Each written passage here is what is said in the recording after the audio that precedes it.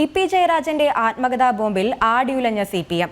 ഉപതെരഞ്ഞെടുപ്പ് ദിവസം ഇ.പി. പാർട്ടിയെ തള്ളിവിട്ടത് സമാനതകളില്ലാത്ത പ്രതിസന്ധിയിലേക്ക്. പരാമർശങ്ങൾ തന്റേതല്ലെന്ന് പറയുമ്പോഴും അനുഭവ കഥകൾ തന്റേതെന്ന് ഉറപ്പിച്ച നേതാക്കൾ.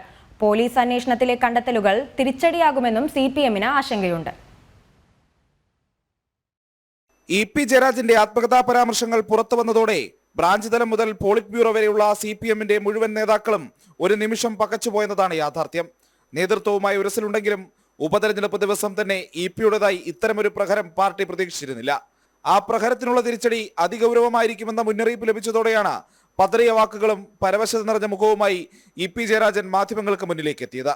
വയനാട് ചേലക്കര ഉപതെരഞ്ഞെടുപ്പുകളുടെ ഫലമെതിരായാൽ ഒറ്റുകാരനെന്ന് മുദ്രകുത്തപ്പെടുമെന്ന യാഥാർത്ഥ്യവും ഇ.പി. ജയരാജൻ തിരിച്ചറിയുന്നുണ്ട്. ഉപതെരഞ്ഞെടുപ്പ് ദിവസം സമാനതകളില്ലാത്ത പ്രതിസന്ധിയിലേക്കാണ് CPM കേന്ദ്ര കമ്മിറ്റി അംഗം പാർട്ടിയെ തള്ളിവിട്ടത്. ഉപതെരഞ്ഞെടുപ്പ് അവസാനിച്ച ശേഷം ഇതിന്റെ പ്രത്യാഘാതവും ഇ.പി. നേരിടേണ്ടി വരും. പുറത്തുവന്ന പരാമർശങ്ങൾ തന്റേതല്ലെന്ന ഇ.പിയുടെ നിലപാട് പാർട്ടി പൂർണ്ണമായും വിശ്വസിക്കുന്നില്ലെന്നതാണ് യാഥാർത്ഥ്യം. അനുഭവ കഥകൾ ജയരാജന്റേത് തന്നെയെന്ന് ഉറപ്പിക്കുന്നുമുണ്ട് മുതിർന്ന നേതാക്കൾ. മറ്റൊരാൾക്ക് ഇത്ര വിശദമായി വിവാദങ്ങളെക്കുറിച്ച് എഴുതാൻ കഴിയില്ലെന്നും പാർട്ടിക്കറിയാം. ഈ സാഹചര്യത്തിൽ പരാമർശം തന്റേതല്ലെന്ന് തെളിയിക്കേണ്ട ബാധ്യത പൂർണ്ണമായും ഇ.പിയുടെ ചുമലിൽ തള്ളുകയാണ് പാർട്ടി.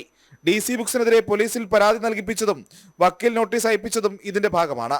ഇന്ന് സരിന ഇ.പിയെ പ്രചാരണത്തിനിറക്കുന്നതും ഡാമേജ് കൺട്രോളിന്റെ ഭാഗമായി തന്നെ. അതേസമയം പോലീസ് അന്വേഷണം ഇരുതല മൂർച്ചയുള്ള വാളായി മാറുമോ എന്ന ആശങ്കയും പാർട്ടിക്കുണ്ട്. ഇ.പിയും DC ബുക്സും തമ്മിലുള്ള ഇടപാടുകൾ എന്തെങ്കിലും പുറത്തു വന്നാൽ അതും ക്ഷീണമാകും. കരുതലോടെ മാത്രം മുന്നോട്ട് പോകാനാണ് CPM തീരുമാനം. ഇത്രയും നാൾ CPM സംസ്ഥാന നേതൃത്വവുമായി അകന്നുനിന്ന ഇ.പിക്ക് ഇനി അത്തരം നിലപാട് സ്വീകരിക്കാൻ കഴിയില്ലെന്നതും പാർട്ടി പറയുന്നതിനനുസരിച്ച് മാത്രമേ മുന്നോട്ട് പോകാൻ കഴിയുകയുള്ളൂവെന്നതും പുതിയ സാഹചര്യത്തിന്റെ സവിശേഷതയാണ്. ജനം, തിരുവനന്തപുരം.